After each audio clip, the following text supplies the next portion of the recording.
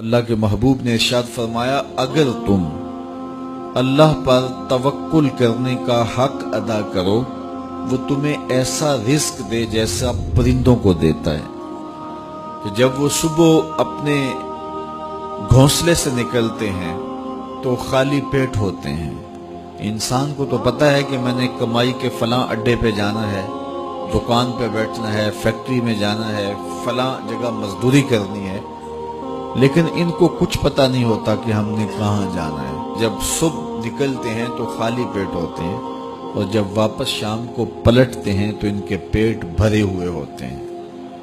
پھر جس کی جو ضرورت ہے اللہ اس کو وہ نصیب کرتا ہے۔ سارے پرندے ایک جیسی غذا نہیں لیتے، کچھ پرندے کچھ کھاتے ہیں، کچھ کھاتے ہیں، اللہ سب کو ان کی ضرورت باہم پہنچ جاتا ہے۔ بلکہ میں کہا کرتا ہوں یہ جو ہنس ہے یہ دنیا کے اندر لاکھوں کی تعداد میں، کروڑوں کی تعداد میں پائے جاتے ہیں اور یہ سچے موتی کھاتے ہیں، اور ہم اگر کسی دوائی میں استعمال کرنے کے لیے ہمیں مطلوب ہوں تو ہزاروں لاکھوں روپے دے کے ہم کسی سے لیں تو پھر بھی بعض کا یقین نہیں ہوتا کہ یہ خالص ہیں یا ناخالص ہیں، لیکن اس جانور کو اپنے پیٹ بھرنے کے لیے یہ موتی روزانہ صبح و شام چاہیے ہوتے ہیں، اور ایک جانور نہیں، دنیا کے اوپر کروڑوں ہیں، میرا رب ہر روز ہر ایک کی ضرورت کو پورا فرماتا ہے۔ تو جس کی جو ضرورت ہے وہ پوری ہوتی ہے۔ بن توکل پنچھی اڑ دے،